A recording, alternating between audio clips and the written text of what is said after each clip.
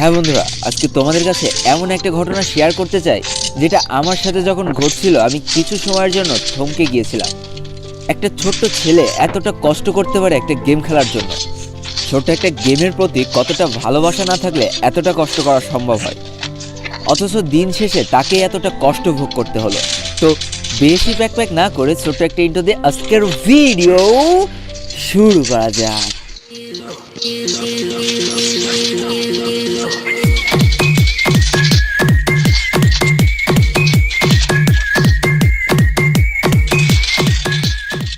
তোমরা গতকাল বিকেলে আমি ঘুরতে বের হয়েছিলাম।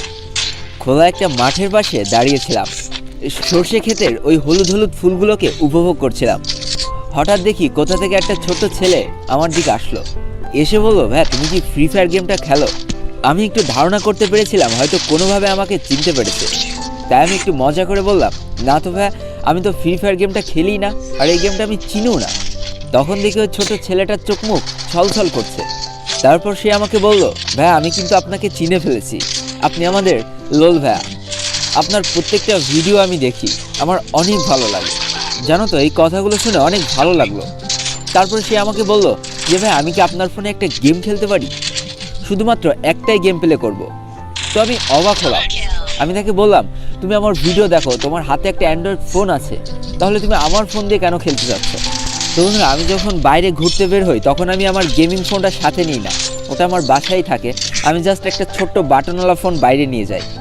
তখন আমি তাকে বললাম যে, তোমার তো হাতে একটা স্মার্টফোন আছে, তুমি আমার ভিডিও রেগুলার দেখো, তাহলে তুমি ওই ফোন থেকে না খেলে আমার ফোন থেকে কেন খেলতে চাচ্ছ? তখন দেখি বন্ধুরা, তার চোখ দিয়ে পানি বের হচ্ছে। হঠাৎ করে মনে করলাম আমি হয়তো অজান্তে তাকে কোনো কষ্ট দিয়ে ফেলেছি। তাড়াতাড়ি তার কাছে যেয়ে বললাম, ভাই তুমি কাঁদতেছো কেন? আমার কি কোনো কথাই তোমার খারাপ লেগেছে? দেখো, তুমি আমার পকেটটা চেক করে দেখো, আমার কোনো ফোন কাছে নেই, থাকলে আমি অবশ্যই তোমাকে খেলতে দিতাম। তো তখন সে আমাকে বলল যে, ভাই আমি কিছু কথা বলতে চাই, তুমি কি আমার কথাগুলো শুনবা? আমি বললাম, কেন শুনবো না, তুমি সবটা বলো, আমি সবটাই শুনবো। তো তখন সে আমাকে বলল, জানো তো ভাইয়া, আমি ক্লাস 7-এ পড়তাম, আর আমার বাবা ইজি বাইক চালাতো। হেসে খেলে খুব ভালোই চলে যাচ্ছিল আমাদের জীবনটা। হঠাৎ করে করোনা ভাইরাস চলে আসলো, লকডাউন হয়ে গেল পুরো শহরটা। আমার বাবা না আর ইজি বাইক চালাতে যেতে পারছিল না। জানো তো, অনেক খাওয়ার কষ্ট করেছি, 3 বেলা ঠিকমতো খেতে পারতাম না। টাকায় যদি ইনকাম করতে না পারে কেউ, তাহলে কোথা থেকে খাবো আমরা? এইভাবে যখন 7 দিন পার হয়ে গেল, আর সহ্য করতে পারছিলাম না। পাশে একটা ইটের ভাটা ছিল, যেখানে ইট তৈরি করা হতো। একদিন চলে গেলাম ওখানে, দেখলাম সকাল থেকে বিকাল পর্যন্ত কাজ করলে 200 করে টাকা দেবে। তো আমি ওইখানে ইট ভাঙা শুরু করলাম, অর্থাৎ বড় বড় ইটগুলো ভেঙে ভেঙে খোয়া তৈরি করতাম। আমি অনেক খুশি ছিলাম, কারণ ওই 200 টাকা দিয়ে আমাদের সবার খুব ভালোভাবে খাওয়া হয়ে যাচ্ছিল। তো আমি সারাদিন কাজ করে যখন বিকাল 5টার সময় বাসায় ফিরতাম, তখন দেখতাম সবাই মিলে বসে এই গেমটা খেলছে।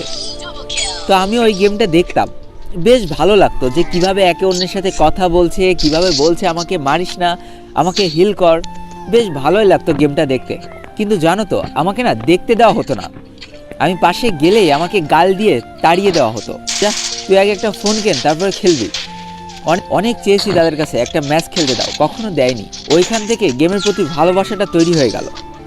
একটা সময় ভাবলাম যে আমি তো 200 করে টাকা ইনকাম করি দিনে, তাহলে আমি যদি এখান থেকে কিছু টাকা বাঁচাতে পারি, তাহলে তো আমি একটা ফোন কিনতে পারি।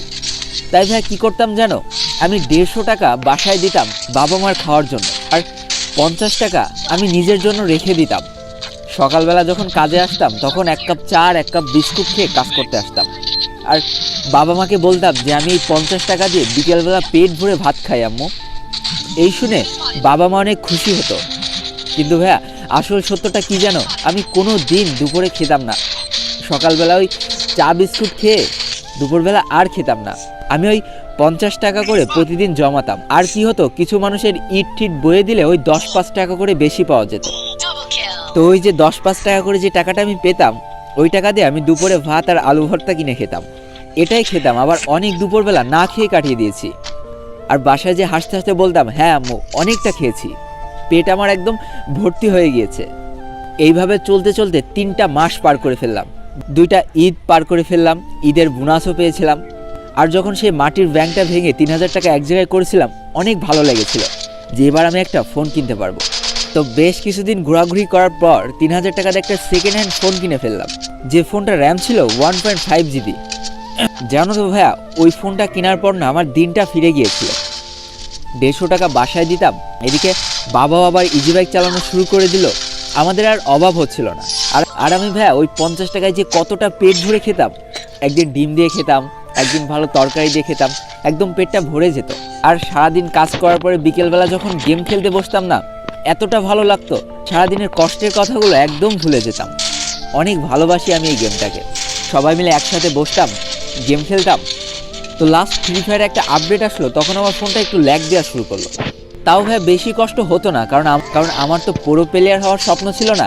আমি এই গেমটা ভালোবাসতাম, তাই গেমটা খেলতাম, খুব ভালোই চলছিল। কিন্তু শেষ যেদিন আপডেটের জন্য গেমটা বন্ধ হয়ে গেল, আমি সারাদিন কাজ করতে পারিনি।